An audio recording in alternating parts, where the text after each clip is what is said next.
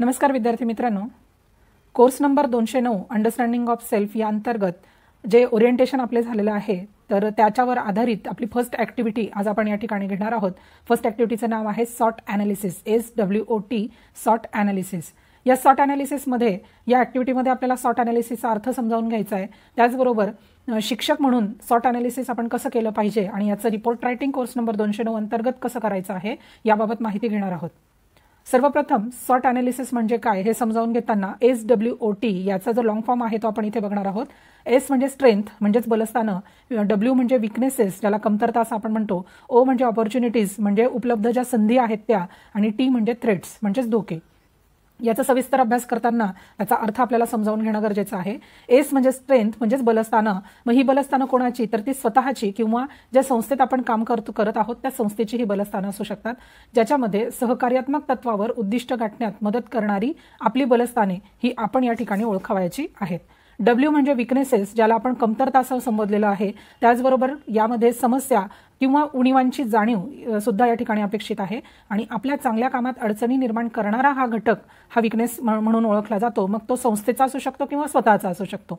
O म्हणजे opportunity ज्याला संधी म्हटलेलं आहे, तर संधीची जाणीव होणं या ठिकाणी अभिप्रेत आहे आणि म्हणून उद्दिष्टपूर्तीचे मार्ग दाखवणारा घटक जो असतो ती असते आपली संधी, आपल्याला मिळणाऱ्या विविध संधी असतात। त्यानंतर T म्हणजे थ्रेट्स ज्याला संभाव्य धोक्यांची जाण किंवा जाणीव असं म्हटलं जातं, तर संभाव्य धोके कोणते आहेत, आपल्याला एखादा गोल अचीव करायचा आहे तर त्याच्यामध्ये येणारे धोके कोणते आहेत, म्हणजेच यशाचा मार्ग ठरल्यानंतर येणाऱ्या बाधा, अडथळे, धोके म्हणजे थ्रेट्स। तर हा सॉर्ट SWOT या संकेतांकांचा लॉंग फॉर्म होता आणि त्यानुसार त्याची व्याख्या आपण या ठिकाणी बघितलेली आहे। त्यानंतर सॉर्ट ॲनालिसिस जे आहे किंवा सॉर्ट विश्लेषण जे आहे त्याची वैशिष्ट्ये आपल्याला वेगवेगळी सांगता येतील, ती कोणती आहेत हे आपण बघणार आहोत। ही उद्योग क्षेत्रातील संकल्पना आहे, मुख्यतः याचा जो वापर आहे हा उद्योग क्षेत्रात केला जातो, कारण त्या ठिकाणी सुद्धा नियोजन हे सगळ्यात महत्त्वाचा एक भाग हा उद्योग क्षेत्रामध्ये असतो आणि या ठिकाणी सॉर्ट ॲनालिसिस हे संस्था पातळीवर किंवा उद्योग पातळीवर किंवा त्या एकूण ठराविक कंपनीच्या ऑर्गनायझेशन म्हणजे व्यवस्थापन क्षेत्रामध्ये सुद्धा सॉर्ट ॲनालिसिस हे महत्त्वाचं कार्य करतं। सद्यस्थिती शिक्षण क्षेत्राकडे गुंतवणूक या दृष्टिकोनातून सुद्धा पाहिले जाते आणि म्हणून शिक्षण क्षेत्रामध्ये विविध पद्धतीने सॉर्ट ॲनालिसिस करून घेणं हे महत्त्वाचं वाटतं आणि म्हणून शिक्षण क्षेत्रामध्ये सॉर्ट ॲनालिसिसचा उपयोग हा केला जातो। शिक्षण क्षेत्रात शास्त्रीय स्वरूप देऊन उद्योग व्यवसायात समावेश करण्याचा प्रयत्न या ठिकाणी केला गेलेला असल्यामुळे सॉर्ट ॲनालिसिस हे शिक्षण क्षेत्रात सुद्धा महत्त्वाचं कार्य करत असतं, कारण शिक्षण क्षेत्रामध्ये ज्यावेळी शैक्षणिक उद्दिष्टे या ठिकाणी साध्य करायची असतात त्यावेळी त्या उद्दिष्टांसाठी सुद्धा एक विशिष्ट नियोजन, एक विशिष्ट आराखडा आणि त्या अनुषंगाने त्यासाठी केलेले प्रयत्न हे त्या ठिकाणी महत्त्वाचे असतात, ज्याच्यातून आउटपुट म्हणजे उद्दिष्ट साध्य, उद्दिष्टपूर्ती त्या ठिकाणी होऊ शकते आणि त्यासाठी सॉर्ट विश्लेषण या तंत्राचा वापर त्या ठिकाणी महत्त्वाचा ठरतो।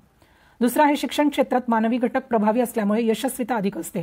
सॉर्ट ॲनालिसिस हे सेल्फ सुद्धा असू शकतं किंवा कंपनीच्या माध्यमातून सुद्धा किंवा संस्थेचे सुद्धा सॉर्ट ॲनालिसिस आपल्याला करता येऊ शकतं, म्हणजे संस्थेची किंवा स्वतःची बलस्थाने कोणती, कमतरता कोणत्या, आपल्याला कोणकोणत्या संधी आहेत किंवा धोके कोणते आहेत या सर्व बाबी त्या ठिकाणी बघितल्या जातात। याच्यामध्ये मुख्य भाग असतो तो असतो मनुष्यबळ, म्हणजे मनुष्यबळ ज्या ठिकाणी कार्य करत असेल तर त्या मानवाची त्या ठिकाणची तत्परता काय आहे, त्यानंतर ती मनुष्यबळामध्ये कोणत्या क्षमता आहेत, कोणत्या उणिवा आहेत यांचा विचार हा प्रामुख्याने प्रत्येक क्षेत्रामध्ये करावा लागतो, तसाच तो शिक्षण क्षेत्रात सुद्धा महत्त्वाचं कार्य करत असतो आणि म्हणून सॉर्ट ॲनालिसिस जे आहे हे शिक्षण क्षेत्रात सुद्धा प्रभावी भाग म्हणून ओळखला जातं। व्यवसाय जगतातील संस्था व व्यक्ती यांची स्वतःचे संस्थेचे आत्मपरीक्षण करण्यासाठी या तंत्राचा मुख्यतः उपयोग आपल्याला करता येतो। मग आता शिक्षक म्हणून ज्यावेळी आपल्याला स्वतःचे सॉर्ट विश्लेषण कसे करायचे आहेत हा प्रश्न आपल्याला ज्यावेळी पडतो त्यावेळी आपलं इथून ॲक्टिव्हिटीचा मुख्य भाग म्हणजे जी प्रत्यक्ष कृती आपल्याला करायची आहे ते आपल्याला लक्षात घ्यावं लागणार आहे। उद्योग क्षेत्रामध्ये सुद्धा आपण ह्याच मार्गाने जाऊ शकतो, तसंच शिक्षण क्षेत्रात कसं जाता येईल याचा विचार आपल्याला करायचा आहे। सर्व विद्यार्थ्यांनी या ठिकाणी विचार करत असताना काही प्रश्नावली मी या ठिकाणी दिलेली आहे, हे प्रश्न तुम्ही स्वतःला विचारायचे आहेत, त्याची उत्तरं तुम्ही स्वतःच्या व्यक्तिमत्वानुसार त्या ठिकाणी मांडायची आहेत। ही उत्तरं देत असताना तुम्ही जे प्रश्न या ठिकाणी मी स्टेप बाय स्टेप देणार आहे त्यांची उत्तरं तुम्ही प्रश्नासहित तुमच्या रिपोर्ट रायटिंगमध्ये लिहावायची आहेत। मग त्याच्यानुसार तुमचं सॉर्ट ॲनालिसिस कसं तयार होईल हे आपण या ठिकाणी बघणार आहोत।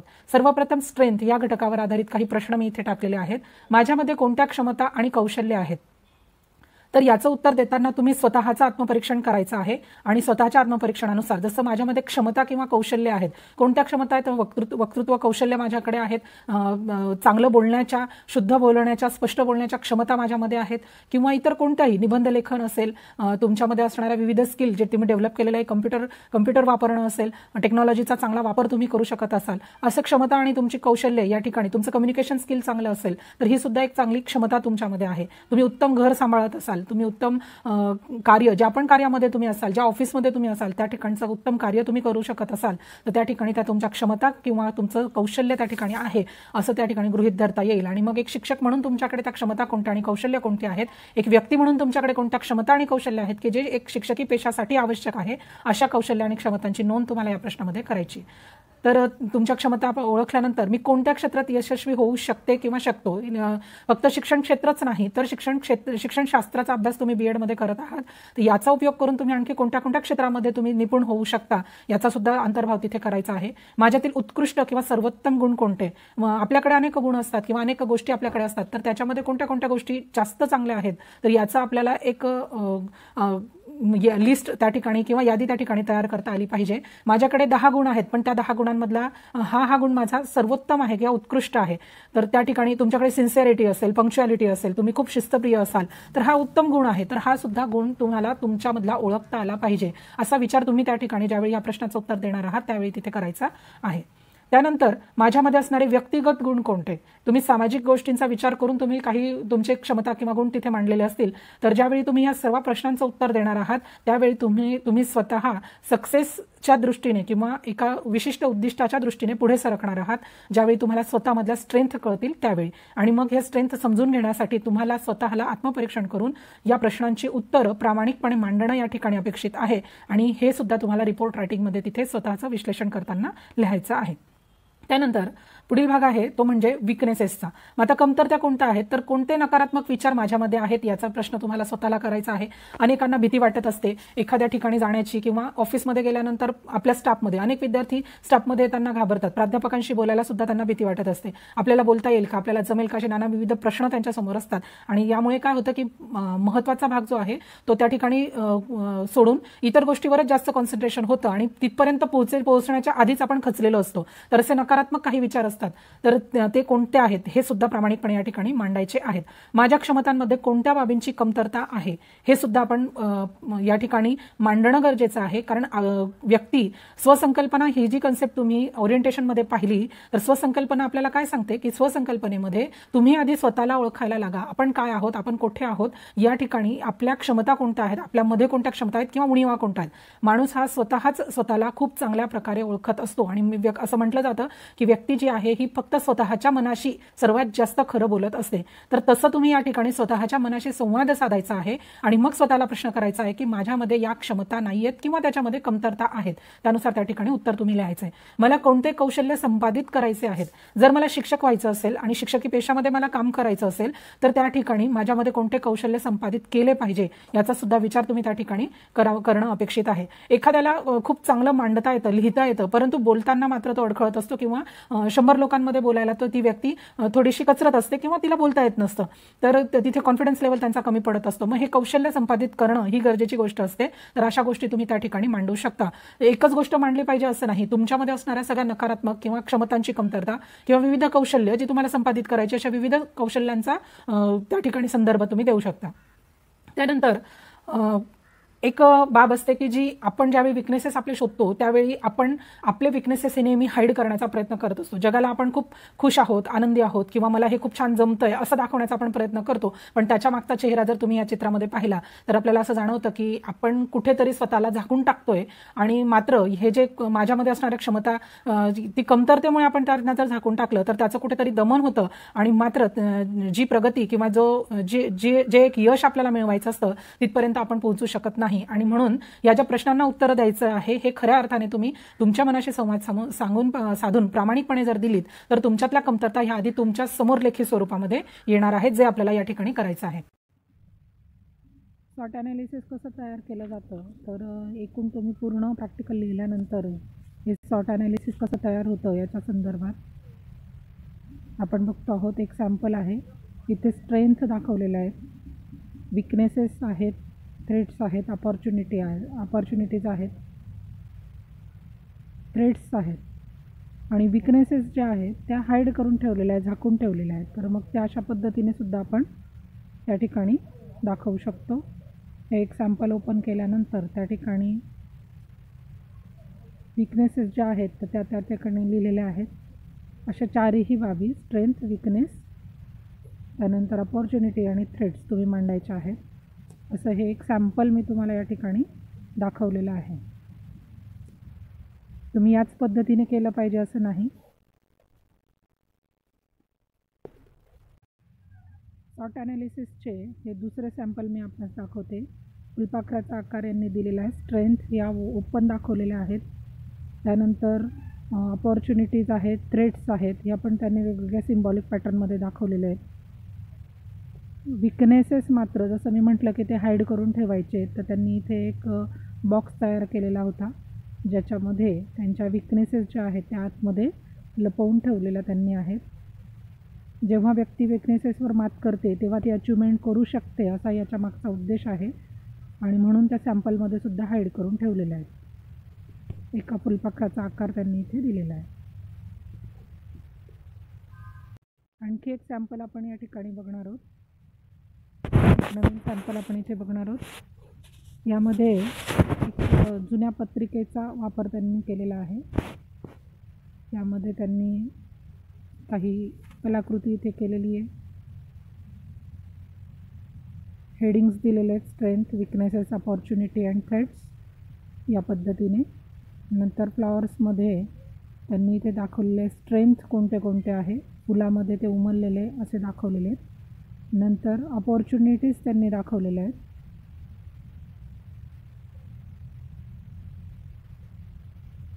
आणि इथे विकनेसेस त्यांनी इथे शो केलेले आहेत. विकनेसेस जे हाईड करून ठेवलेले एका वेगळ्या जागी त्यांनी त्या ठिकाणी ते लपवून ठेवलेले. स्ट्रेंथ, विकनेस, थ्रेट्स आणि अपॉर्च्युनिटीज हे या पद्धतीने तिथे आपण मांडू शकतो. हे सेल्फ ॲनालिसिस आहे.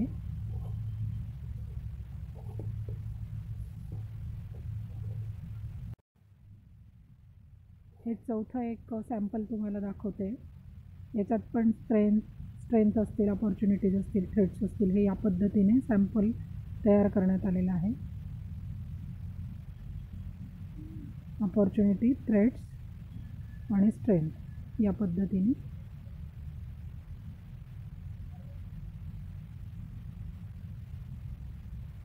आणि विकनेसेस जे आहेत ते बॅक साईडला एका सिम्बॉलिक पॅटर्नमध्ये देण्याचा त्यांनी प्रयत्न केलेला आहे. थोडं अरेंजमेंट ही व्यवस्थित करायची. भरपूर क्रिएटिव्हिटी आहे, भरपूर सॅम्पल आहेत.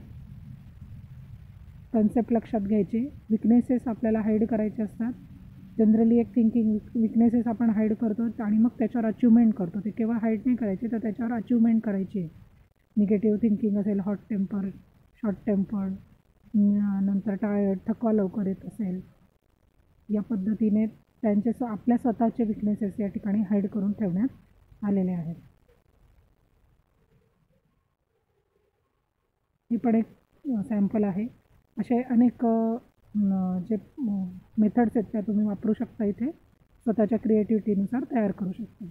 ही एक संकल्पना आहे. सॉर्ट विश्लेषण किंवा जे तंत्र आहे हे उद्योग क्षेत्रामध्ये जेवढ्या प्रभावीपणे वापरलं जातं तेवढ्याच प्रभावीपणे शिक्षण प्रक्रियेमध्ये सुद्धा ते वापरलं जाऊ शकतं.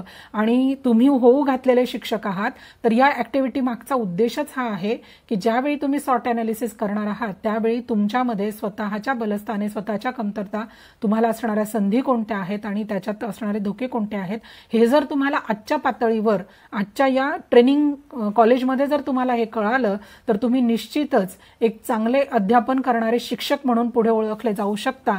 पण तत्पूर्वी तुम्हाला स्वतःच्या या गोष्टी जाणून घेणं गरजेचं आहे. आणि खरं तर कोर्स नंबर 209 जो आहे, अंडरस्टँडिंग ऑफ सेल्फ म्हणजे स्वची जाणीव, तर याचा उद्देशच हा आहे की आपण आधी स्वतःचं आत्मपरीक्षण इथे करायचं आहे.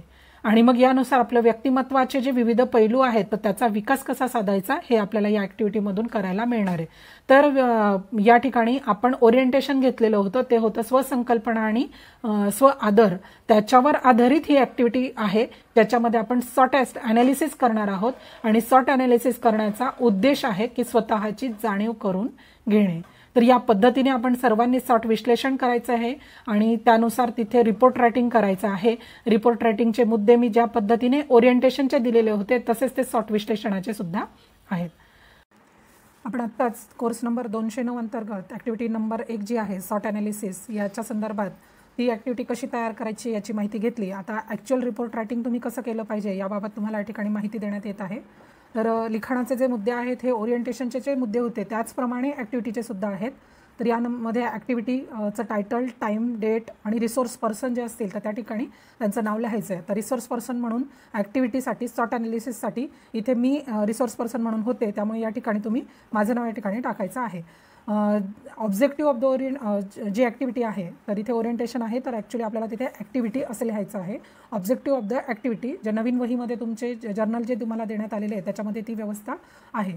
तर या ठिकाणी ॲक्टिव्हिटीचे ऑब्जेक्टिव्ह काय येतील तर ते तुम्ही स्वतः तयार करायचं. हे एका विद्यार्थिनीने तयार केलेलं सॅम्पल आहे. याच पद्धतीने तुम्ही मांडलं पाहिजे अशी आवश्यकता नाही किंवा कॉपी ही या ठिकाणी करायची नाही आहे. तर सॉट अनालिसिसमध्ये सॉट अनालिसिसचे जे पैलू असतील ते समजावून घेणे, त्याचा अर्थ लक्षात घेणे, सॉट अनालिसिस करताना कोणत्या प्रश्नावलीचा उपयोग केला पाहिजे हे लक्षात घेणे, सॉट अनालिसिसचे महत्त्व किंवा शिक्षक म्हणून तुम्हाला त्याचे होणारे फायदे हे लक्षात घेणे किंवा समजावून घेणे असे ऑब्जेक्टिव्ह तुम्ही टाकू शकता.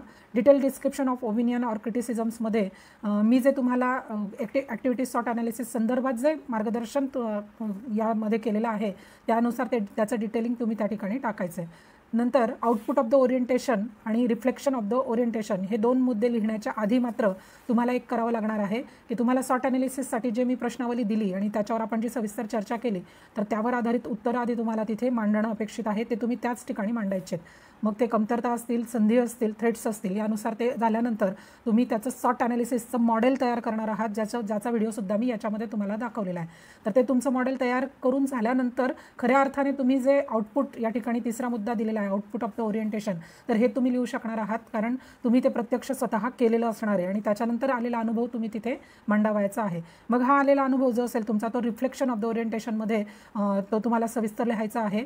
त्याच्यामध्ये तुम्ही व्यक्ती म्हणून तुम्ही जे मॉडेल तयार केलं, तुम्ही जी प्रश्नावली भरली आणि तुम्ही जे सॉट अनालिसिस समजावून घेतलेलं आहे त्याचा उपयोग व्यक्ती म्हणून तुम्हाला भविष्यात कसा होईल, विद्यार्थी म्हणून त्याचा उपयोग कसा होईल आणि शिक्षक म्हणून तुम्ही याचा उपयोग कसा आणि कुठे करून घेऊ शकता याच्या संदर्भातलं तुमचं ओपिनियन जे आहे ते तुम्हाला इथे डिटेलमध्ये लिहायचं आहे. हे सगळं झाल्यानंतर signature of the professor incharge म्हणून या ठिकाणी सर्व विद्यार्थ्यांनी अशा प्रकारे कोर्स नंबर 209 अंतर्गत येणार आहे ओरिएंटेशन, फर्स्ट ओरिएंटेशन आणि फर्स्ट ॲक्टिव्हिटी या पद्धतीने लिहून ती पूर्ण करायची आहे. लवकरच आपण ओरिएंटेशन नंबर 2, 3 आणि 4 व ॲक्टिव्हिटी नंबर 2, 3 आणि 4 हे घेणार आहोत. धन्यवाद.